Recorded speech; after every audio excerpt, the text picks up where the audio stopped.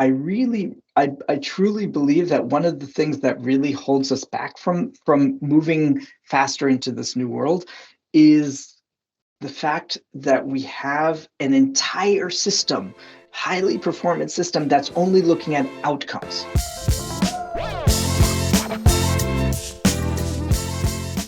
Welcome to not another episode, because this is the very first episode of Chat with T. And today I welcome Tobias Haug. But as always, why don't you introduce yourself a little bit, Toby? Hi, T. Well, we've known each other already, but for the audience, so you hear it from my voice, I'm actually American, but I am also part German, was in Germany for many years, and now I'm in Barcelona. Not so sunny Barcelona, but my background is quite diverse. I studied biochemistry. My first job was in a zoo. I've done everything from molecular genetics research to design, and for the last 20 years, I've been with SAP running different innovation, design, product teams, and now I'm running a board-sponsored transformation initiative called Humanizing Business here in Barcelona. Perfect. And before we jump right into the business, let's get it right out of the way. Toby, what's your favorite quote? And what's your favorite book? How much time do we have? No, I think everybody has a favorite quote based on the moment and the things that are moving them. I'm going to actually cheat. I'm going to have two favorite quotes. The one that I have in my signature now, because I love doing that, it also inspires others, is from Socrates, to not focus on the past, but build the new.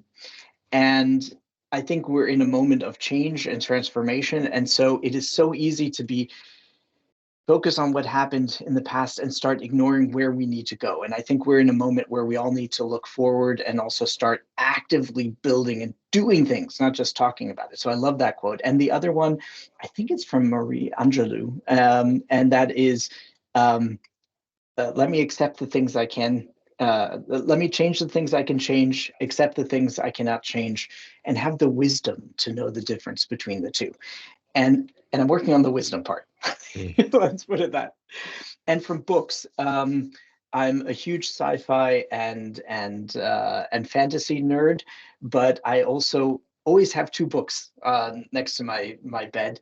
One is more escapism reading, and the other is more aligned with what I love to do and what I'm doing at work, which is around culture and transformation.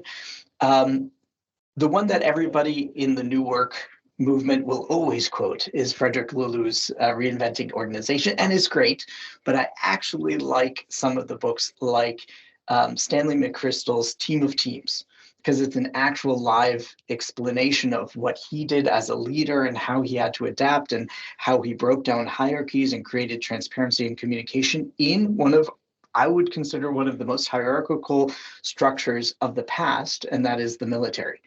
So I would recommend anybody to take a look at it. I think it's a very readable, very honest, and very actionable, actually, book. So Team of Teams.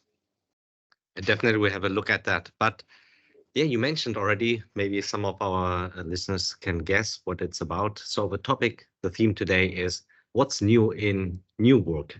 And I see, for example, on your social media profile, you really want to humanize business, something I will nag you a lot of times today on that saying, asking you that. Yeah, but tell us, how do you define new work? Because, obviously you are a really deep practitioner. So some people are new to the topic, but give us some of the buzzword galore, and then you choose where you want to get a little bit deeper in. So new work, I'm going to start with kind of a little bit more the generic definition of what almost everybody will agree with. And that is, if you take a look at our current hierarchical structures and organizations that were really built on Tayloristic organizational models from 120 years ago, it was really meant to segment and optimize the efficiency and productivity of usually a manufacturing organization. But all companies around the world have done that. And that worked actually quite well when the environment was quite stable. So you could optimize, things didn't change radically. But that's, of course, in the digital age, no longer the case. Things are changing constantly. So those models are holding us back. Um, and so new work really goes around reducing hierarchies, creating autonomy and autonomous teams, and also triggering more the intrinsic motivations that people have that really kind of bring out the best of us, the creativity, the ability to adapt to change around us. So it's really creating, instead of hierarchies, more networked organizations. I think that's kind of the common definition. Now, how to get from where we are now to where we could be is the interesting part, because nobody has the same starting point. So I can Mm. obviously speak from 20 years of experience within SAP on where we are, what we've done, where we're going to. But what I also think is fascinating is every time, because this topic has taken over the world, this is a challenge for every company, especially the big corporations that are balancing the reality of running a Mm. performant business of the past and bringing it into the future and challenging the organizational models. So I actually love also talking to other companies that are on this path, because their starting point is very different than ours, and we're starting real great dialogues around there. But taking away hierarchies, creating networks, triggering intrinsic motivators, and allowing actually the natural organization that happens, because there will always be an organizational model. It's just making it more human. So that's part of the reason how I came to the humanizing business topic.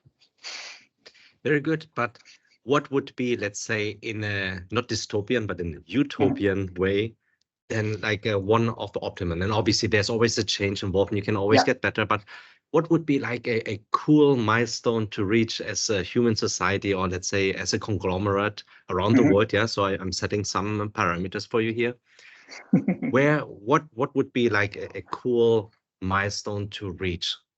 Yeah.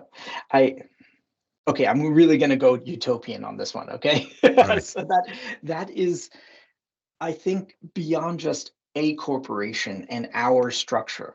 I think we as human beings in a complex environment around the world need to reconnect, to need to think more flexibly and larger about how we're affecting the world around us, the future generations, everything from climate change to health and well-being topics. These are top of mind. And I think a lot of these big organizations are trapped within a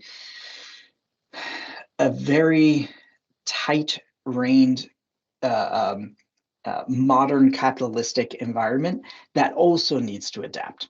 So again, going very broadly and utopian, I think the more that we can manage change ourselves, change in the teams and organizations around us, it affects change in the corporation, and corporations can create change not just amongst corporations, but also in the world. We employ millions and millions of people. So as we're changing ourselves, I think we can actually start creating also a better society. So that's going very towards the utopian Mm. side. I don't see that as my my big fight. I'm really looking to make action real and get that motion started. But I really think that we do need to start looking beyond just the performance and growth that we've seen in the past years, and also look at a more balanced circular economy, looking and making sure that what we're doing is done in the right way, and also having a net positive effect on the entire Mm. world. But that obviously requires change, and whether it's change in behavior, change in certain environmental parameters. And I have to say it, I'm sorry, but if change is the only constant in life, it seems that we do struggle with life then, right? Because we're not that great at change. So organisms, organizations, they have the same root. It's not about the one. So my question is, how can we really give us some tips or some experiences to share on how that organizations, teams, starting from individual, can actually move the needle in a different direction? Yeah. I'm going to also come back to what you said at the beginning. Change is the only constant, right? But I'm going to challenge you to say that we're not good at change. I think that's a common myth that I'd like to challenge, because I don't think we're good at change when change feels like a threat. when change is pressed, when it's pushed onto us. But there's other ways of natural change and evolutionary change that we see every day, and we're perfectly fine with that if we're part of it. And I think that's part of the key, is to become active, not to have change happen to you, but to have a voice in it, to not to feel alone, but to do it with others. So I really also think in an organizational concept, we have to make sure that people feel involved. And that sometimes goes against the traditional change management theories of, we create a momentum for change and a direction and everybody will follow us, follow behind us, or we change processes and behaviors will follow. And I don't think that's the case. I think we really have to start with more transparency, more dialogue, even if it feels a little messier. But that's where change really happens. It first starts with the individual and amongst people, that they actually feel like they're part of the change. They have a voice in that change. They can have a positive impact in that change. Um, and then the empathy that's created when people are doing it together. So it's similar to what I learned through many years of design thinking and innovation work with SAP and with our customers, is people liked the model because it was very plannable of, we're going to have this beautiful new product. It's going to look exactly like this. We're going to build it and we're going to bring it out to market and everybody's going to love it, right? Of course, that's not the case. What ends up happening is you have a long tail effect of iterations and change, and you might have missed the mark or the market because the market has changed. And so the best part was to bring people together to understand the problem, work together, constantly iterate, and that's change. And that's exactly what we need to do as an organization as well. Not have that North Star, that perfect picture, which doesn't exist, but make it messy. Involve people, constantly iterate, and you will get there. In fact, you'll get there further and faster because you're bringing people with you. There's not that internal hesitancy or that, throwing the hands up and say, I'll wait it out. If you're triggering people and you're respecting people in that conversation, you will be so much faster in change. You will be so much more energized. You will get to someplace that I don't think a lot of organizations expect to get to. That idea of having that energy of a startup, but in a complex, large organization. I mean, there's so many great things, and obviously I was just setting you up for promoting actually one of my episodes, because I was talking about change is the only constant in life, which is not true. And I also believe that people actually love change when the value is there. I mean, people took their phone to take pictures, and no one actually explained it to them or said, you need to do that. So when they see the value, they will do it. Yeah, I'm pretty sure of it. And I also share actually also from personal experience what you said, that, you can really move in either change, from individual behavior. It is work, but it is actually at the end of the day faster. Now, I have done a little bit of research. I will not quote all of this. I can put some of them. But it is actually proven that the topics you mentioned yield much higher results on every KPI there, even financials, also the old school ones. Yeah. Now my question is, why are we still not doing it? Or one further, how to get started in a maybe fail-safe way, or is there no such way? Of course. Oh, okay. So let's start with the first one. I think I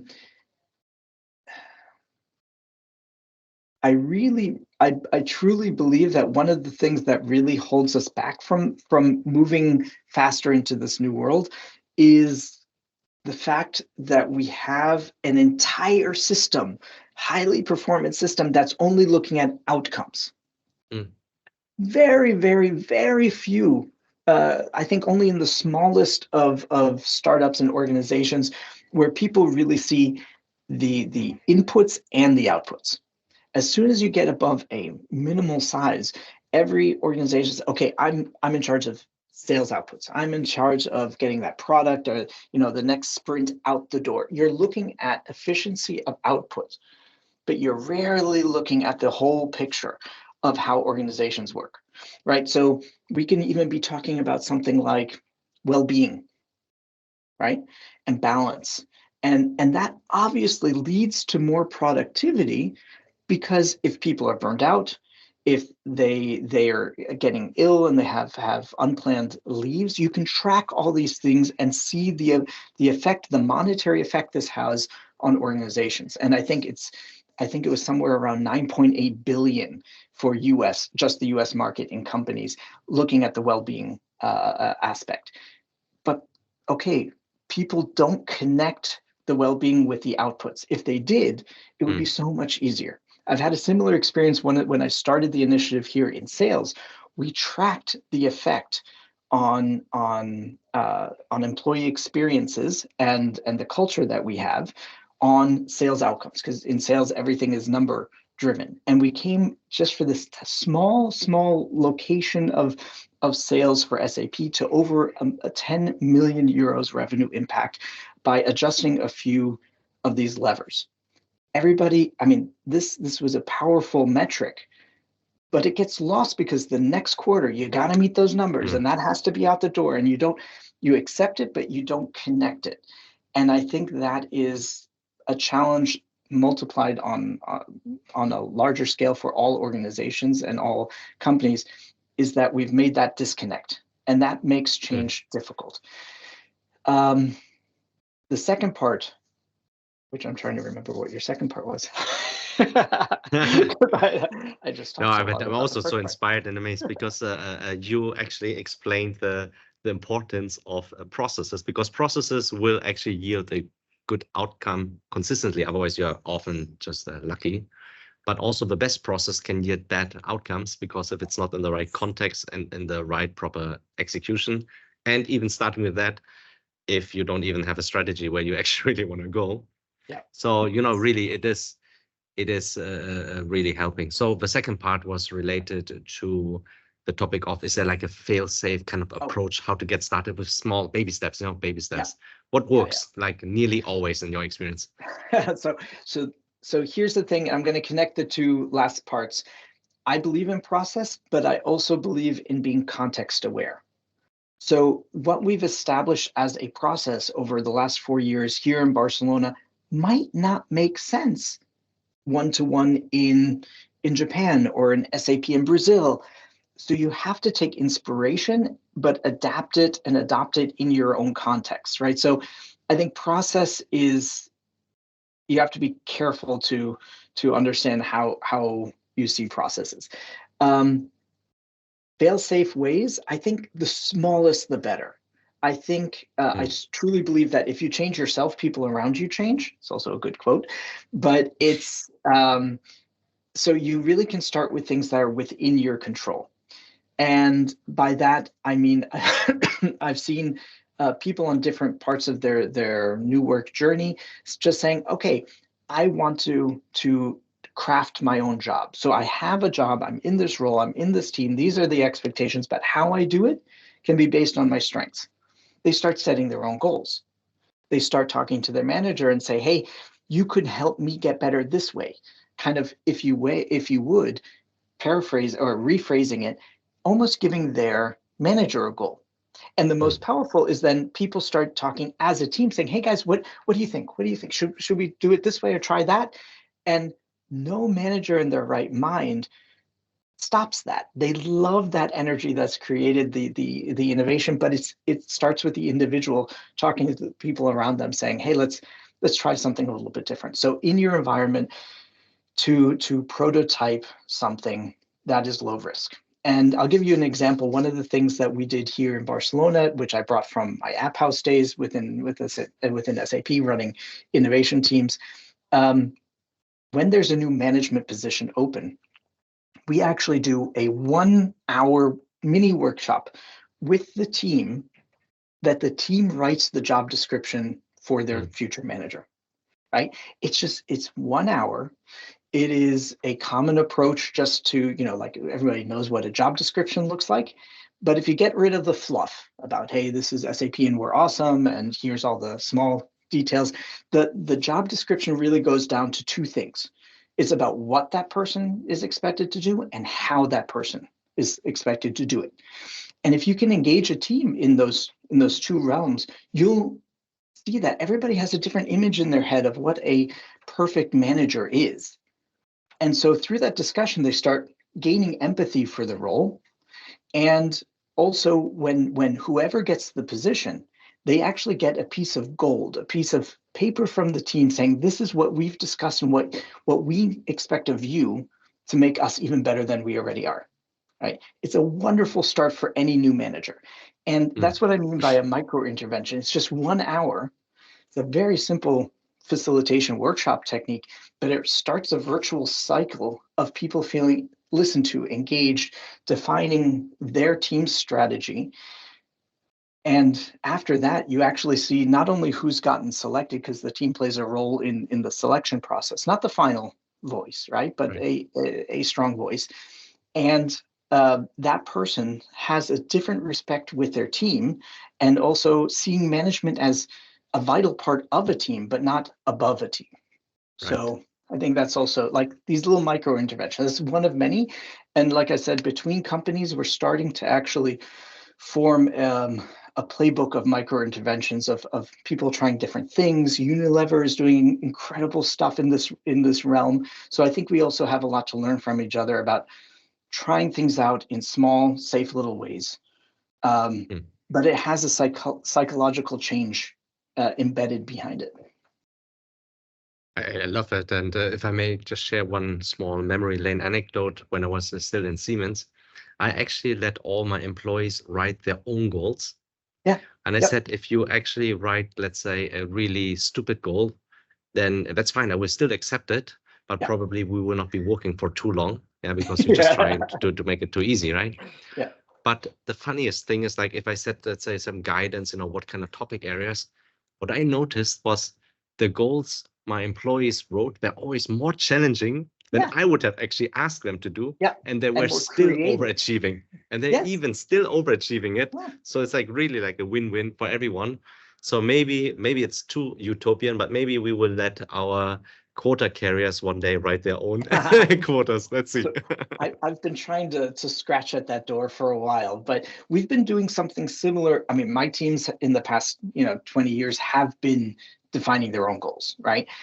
There's also a game element that you can bring into it, and we've done this now also on organizational level, also within sales, by the way, even though it didn't come down to sales KPIs.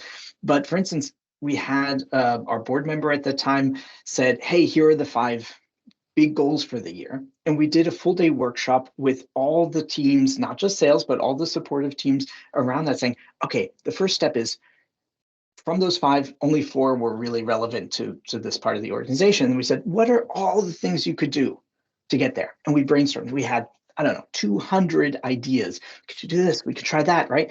They said, okay, too many. Let's focus. Everybody got some voting. They brought it down to a manageable level. I think it was around 15 or so.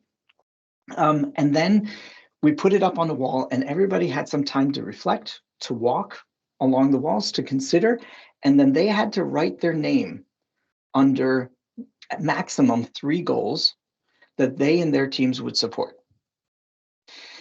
And what ended up happening is that even from those 15, maybe we came down to 10, because people, if you're even more limited, then you put your name on the ones that you really feel have the highest value Right. and the highest impact and respect the skills of yourself and the team.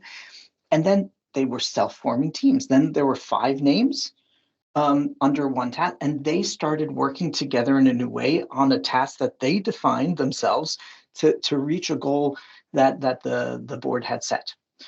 So there are little mechanisms that you can bring into this discussion. So it's not just, okay, make your own goal, but there's also an element to it to say, okay, our strategy is over there, not over there, but also the team aspect. How do people work together, self-form teams? This is kind of like autonomy in practice. And it works actually quite well. Hmm. I really love it. It's really, really cool that you share. We probably have to do a part 2, but we are coming a little bit towards the end, and I will ask you just 2 final questions. Yeah. Probably very similar answers. That's different questions, same answer. So the first one, the positive, obviously, like what kind of aspects, how can technology help? Mhm. And the second one is how does or how could technology hinder that kind of new work? So Yeah. whichever Yeah. way you want to answer. I have to be honest. I'm a humanist at heart, so technology is for me something that happens after we've chosen what we want to do, right? And I think part of what's hindering us is we're very technocratic. We first think of technology and then the humans come after the fact. And there's this amazing, I mean, this is probably very well known, but back in the 70s when computers were really 1970s, sorry, I have to remember my age. When computers were really becoming popular, everybody was talking about this will save us time, right? So these computers they'll take over all the paperwork and we will have more time to enjoy life, to spend time together, to do the things that make us whole. You think that happened? No, technology took front stage. It just made everything faster. And so my hope is now in this next wave of transformation, because we're not talking about AI, but we're talking about all the changes that are happening and the curve of change through technology happening. Let's first and foremost put the human in focus. What do we want out of that? How should that affect the world around us? How does that affect us as individuals? And then see how technology can support that goal. I'm really afraid that if we're just in an explorationally a mental state of exploration around technology, we'll do the same mistake again, like in the 70s. We will be running after technology instead of leading technology and technology helping us achieve what we've defined as positive, right? So, like you said, it's a little bit of both. I believe in the human spirit. I think there's a movement towards more sustainability, more cohesiveness, more unity about the impact on the world around us. At the same time, I think we're challenged by how cool the technology is and what we could do with it, and exploring the new. So I think that balance also has to be carefully managed. Do you see any, let's say, use cases already in this area related to AI, though? Like anything specific to AI? So, I mean, I don't want to reuse use cases that might be well known, but the ones that I really like are things like we're seeing how AI can help um, hire diverse talent and help us identify and overcome maybe some natural biases we might have, right? It shouldn't then be what we're already starting to see in some companies, that AI is the one who's doing 99% of the choosing based on some algorithm. Right. That should not be the case. But we also have like SAP as well, also helping people look for diverse talent in different ways. This talent intelligence, I think, is a very, very interesting aspect, because I see that as an augmentation and almost a mirror to a reflection of where we're looking, how we're looking, and how we select talent. So that's a part where I think AI can really help us. Again, it should be a support and it shouldn't be the driver that we're supporting. I can only second that, and I think what did I say? It's like I'm not afraid that robots will take over our work, but I'm actually more afraid that we become more like robots. Yes. And I think that's really like putting the human, and it's so simple, but often it seems quite hard to do, putting the game face there every day. Yeah.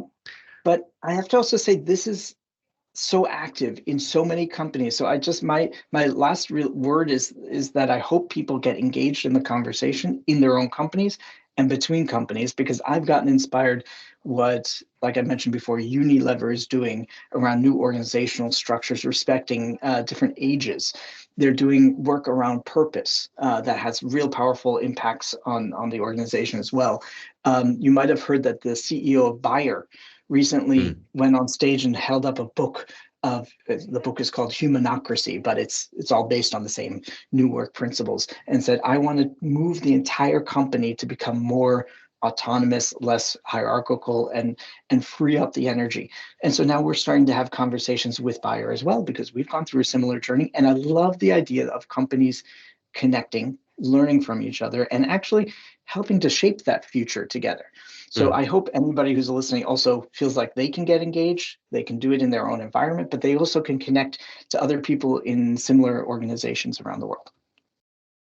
I think that's a really great last thought. I mean, as we know, the majority of trade actually touches SAP systems. Why shouldn't we actually also not influence a new way of work in our large corporations as well? Well, with that, I love the energy. I have to probably reflect, and I will come on your show soon. I can't wait for Yes, that, and I hope to welcome absolutely. you another day. But thanks so much, Toby. All the best to you, and thanks Thank for you, being too. here. Talk to you soon. Bye. Bye.